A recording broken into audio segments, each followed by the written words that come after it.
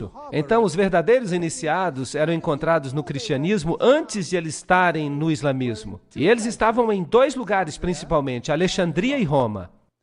A cidade de Alexandria foi eventualmente ganha para o cristianismo. E o bastião, aquela grande biblioteca, foi eventualmente destruída. Então, a sede da religião ocultista se tornou a cidade de Roma. Então, Roma, basicamente, é a sede de todo o conhecimento oculto antigo, mesmo antes da chegada do islamismo à cena. Isso é um fato. E esse antigo ocultismo tinha um inimigo potente. Quem era o inimigo? O cristianismo. O cristianismo estava crescendo em todos os lugares onde os discípulos o ensinaram. O cristianismo estava crescendo no coração do Oriente Médio, na Ásia Menor, até os confins da Índia, diz a Bíblia, no norte da África. Nesses lugares, a verdadeira doutrina cristã prevaleceu. Guardavam o sábado. Só em Alexandria e Roma não se guardava o sábado. Alexandria logo desapareceu como sede e o sábado não era guardado em Roma.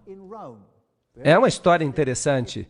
Então, o símbolo que o catolicismo usa é a estrela e a lua em forma de foice. E notem que esta estrela é exatamente igual à que é usada no islamismo. Não é interessante? Eu fico imaginando quem fez a outra surgir.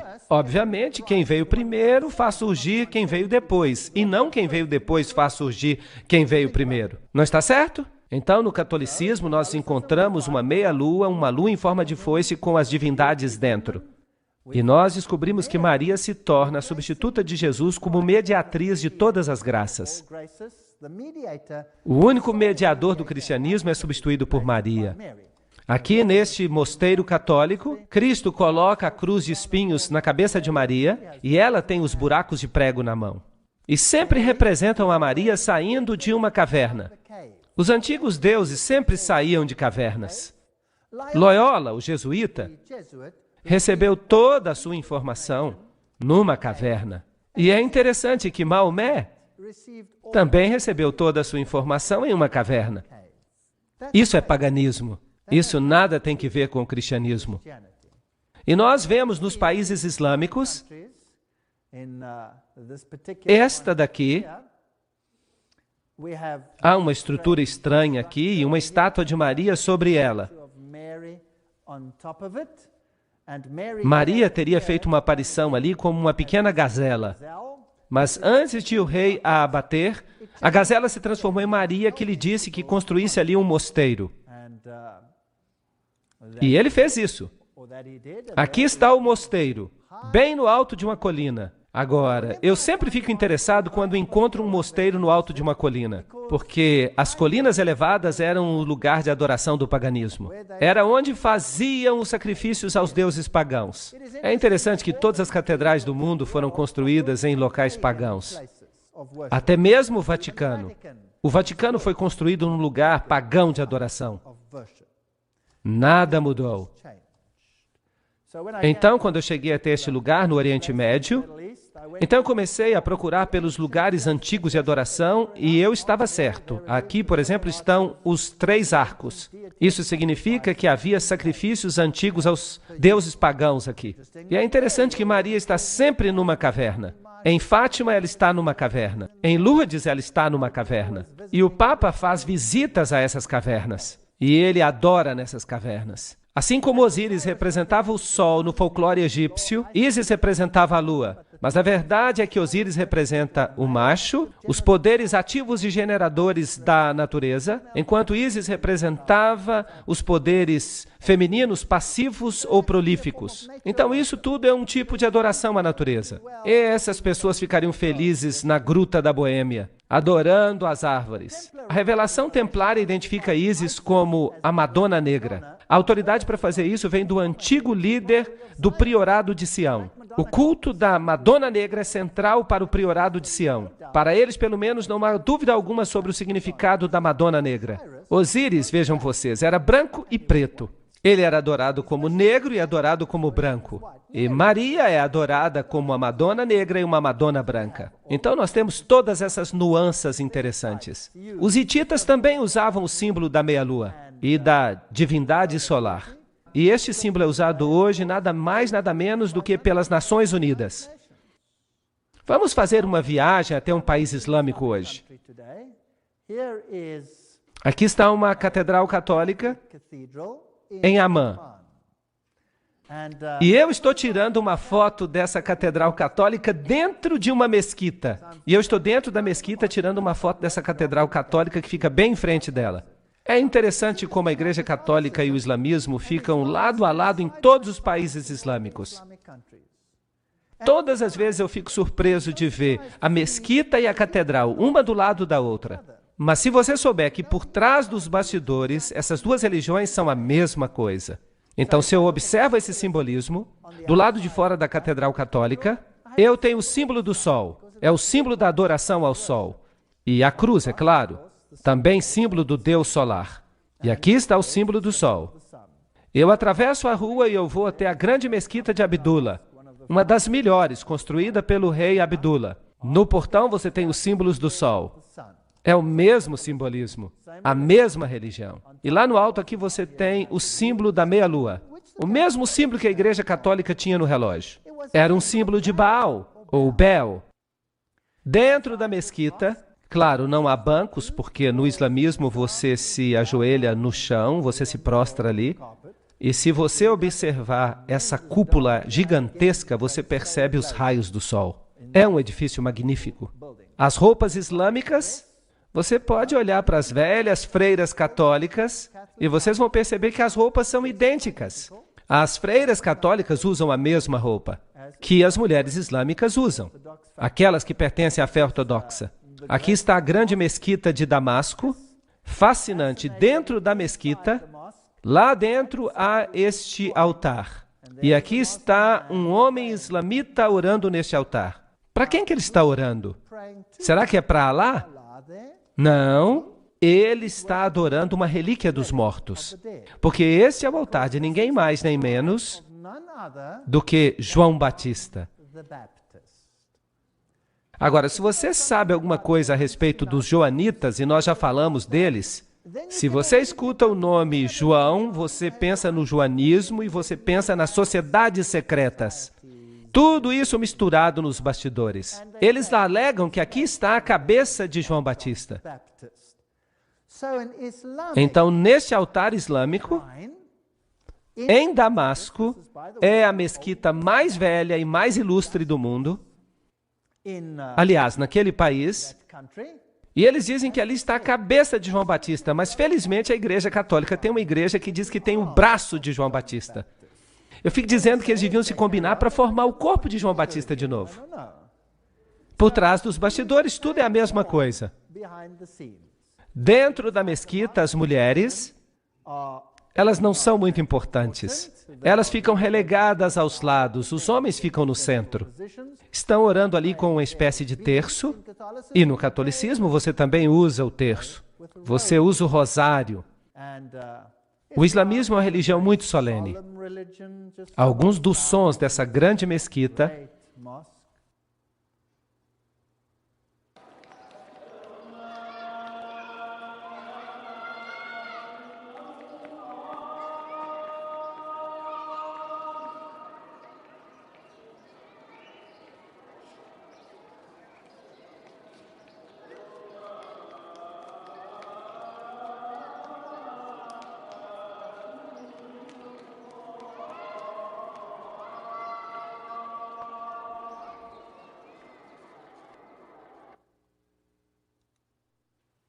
Que outra grande religião tem um sacerdócio exclusivo dos homens? A Igreja Católica Romana. Tudo é o mesmo. E aqui você tem a mesma posição no mundo islâmico. O olho que tudo vê do islamismo. Esta é uma estrutura muito proeminente que é usada em todo o islamismo. E você não vai encontrar um único táxi sequer num país muçulmano que não tenha um olho que tudo vê. Usado como proteção. E é claro que também é usado no catolicismo. Ele está no dólar americano e em todos esses lugares interessantes. Aqui está o olho de Hathor, o olho de Osíris. Aqui ele está num templo egípcio, num púlpito da Igreja Católica, outro numa catedral católica. O autor maçônico Carl Clary escreve: este é um dos mais antigos e mais difundidos símbolos que representam a Deus. Nós o encontramos no Egito, na Índia. O olho aberto do Egito representava Osíris. Na Índia, Shiva é representado por um olho. E a enciclopédia da maçonaria diz que o olho que tudo vê é um importante símbolo do Ser Supremo, tomado emprestado pela maçonaria da antiguidade. No mesmo princípio, os egípcios representavam Osíris. Então, o islamismo usa este símbolo e o catolicismo usa este símbolo. Só estou fazendo algumas comparações. Para os antigos egípcios, o olho direito simbolizava o sol e o olho esquerdo a lua. Vejam aí de novo os dois aspectos da divindade solar. E Bailey, então, menciona que o olho de Deus é Shiva, ou Siva, o destruidor. Lembre-se que Shiva é o deus hindu equivalente a Osíris. Shiva é também sinônimo de Satanás. Será que é possível que as duas religiões, no seu ciclo interior, adoram o mesmo Lúcifer, mas que a massa externa não saiba nada sobre isso? Mas quem é Baal? De acordo com a enciclopédia da maçonaria, quando os israelitas faziam uma de suas apostasias periódicas para a idolatria, Baal parece ter sido um dos seus ídolos favoritos. Em Tiro, Baal era o sol e Astarote a lua. Então nós temos toda a evidência que eles sabiam bem o que estavam fazendo. Não há nenhuma contradição aqui, pois Sete é o demônio egípcio e Shiva é o deus hindu da destruição. Os dois nomes, Sete e Shiva, são listados na Bíblia satânica como outro nome de Satanás. E Helena Petrovna Blavatsky afirma: agora temos que lembrar que Siva, Shiva, o Baal palestino, Moloque e Saturno são idênticos. Será possível que essas duas religiões tenham o mesmo mestre por trás dos bastidores e que as massas estão sendo enganadas, assim como acontece no catolicismo? São ótimas pessoas, mas são mantidas na ignorância. E a sinceridade dos muçulmanos, ainda que enganados, desviados, porque fazem parte das massas, catecúmenos. Helena Petrovna Blavatsky liga Sete a Satanás, Hermes, o deus da sabedoria, também chamado Tote, Tate, Sete e Satã. E no Antigo Egito, Sete era adorado com rituais obscenos e homossexuais. E eles construíram templos nos quais eles realizavam esses ritos homossexuais. Por exemplo, o templo de Luxor. Agora, eu tenho muitos slides do templo de Luxor. Eu fui lá e eu tirei muitas fotos naquele templo, mas eu não posso mostrar para vocês, porque são fotos bem safadas. Alguém aqui já foi até Luxor? Quando você chega a Luxor e vai para o muro, você descobre que o falo era muito importante. E as fotos não devem ser mostradas. Eu as tenho, mas eu não vou mostrar para vocês. Este é um antigo sítio pagão. O templo de Luxor é uma das grandes relíquias dos tempos antigos. Bem, aqui está a entrada. Oh, e o que é aquilo? Isso é uma mesquita. Onde que essa mesquita foi construída? Será que você quer dizer que a mesquita foi construída no templo de Luxor? Será isso possível? Então vamos dar uma olhada mais de perto. Sim, aí está ela. Ela está dentro do templo de Luxor. O que isso diz para você? Se você tivesse que construir uma igreja cristã hoje, será que você escolheria o antigo templo de Baal e construiria sua igreja dentro dele? Sim ou não? Não, claro que não. Agora, e se esta religião for a mesma que a religião antiga do velho culto a Lúcifer? Será que então você estaria disposto a fazer isso? Talvez, sim. Aí eles fizeram. Foi construída dentro do templo. Incrível. Sobre as ruínas. Agora vamos dar uma chegadinha no templo de Baal em outro país. No Líbano. Aí está ele. E deste lado, e este é um templo da mesma divindade, por falar nisso, o que é isso? É uma igreja católica romana. No mesmo sítio, uma igreja católica. Aqui está a cruz e ali está o templo de Baal. Por que construir no mesmo sítio? Bem, eles têm os mesmos rituais. O catolicismo faz, o Islã também faz. Será que há um objetivo com isso? Se nós visitarmos algumas das igrejas católicas mais famosas, este aqui é o santuário de onde Maria supostamente ascendeu aos céus. Trata-se da grande catedral de Jerusalém. No chão você tem o grande círculo solar com todos os signos do zodíaco. E vocês sabem que Deus proíbe isso? Deus proíbe. E aqui está o lugar onde se deitou Maria. Antes de ela subir, é claro, para o céu. Ela não ficou morta ali. No chão você tem alguns símbolos pagãos. Você tem todos esses símbolos interessantes de suporte à hóstia e pentagramas de cabeça para baixo, tudo símbolo de Lúcifer. E então, nesta pintura, uma estrela interessante. De fato, nada mais são do que dois quadrados, um dentro do outro. E é com frequência que as divindades pagãs eram assim representadas. Dois triângulos, um dentro do outro, ou como dois quadrados, um dentro do outro. E esses dois quadrados, um dentro do outro, são representações de Ísis e Osíris. Vejam que estão dentro de uma igreja católica dedicada a Maria. Também no chão daquela catedral católica romana, você tem um barco, você tem as ondas, você tem o Quirô, e você se lembra que o livro Morais e Dogma nos disse que trata-se de um símbolo de Osíris. Isso significa que é um símbolo masculino fálico, e o barco representa o útero. É uma representação muito safada, mas num ambiente agradável. Ninguém saberia o que isso de fato significa. Ninguém poderia imaginar que aquele é um símbolo obsceno, a menos que você leia o que os maçons dizem a respeito dele. Isso não é interessante?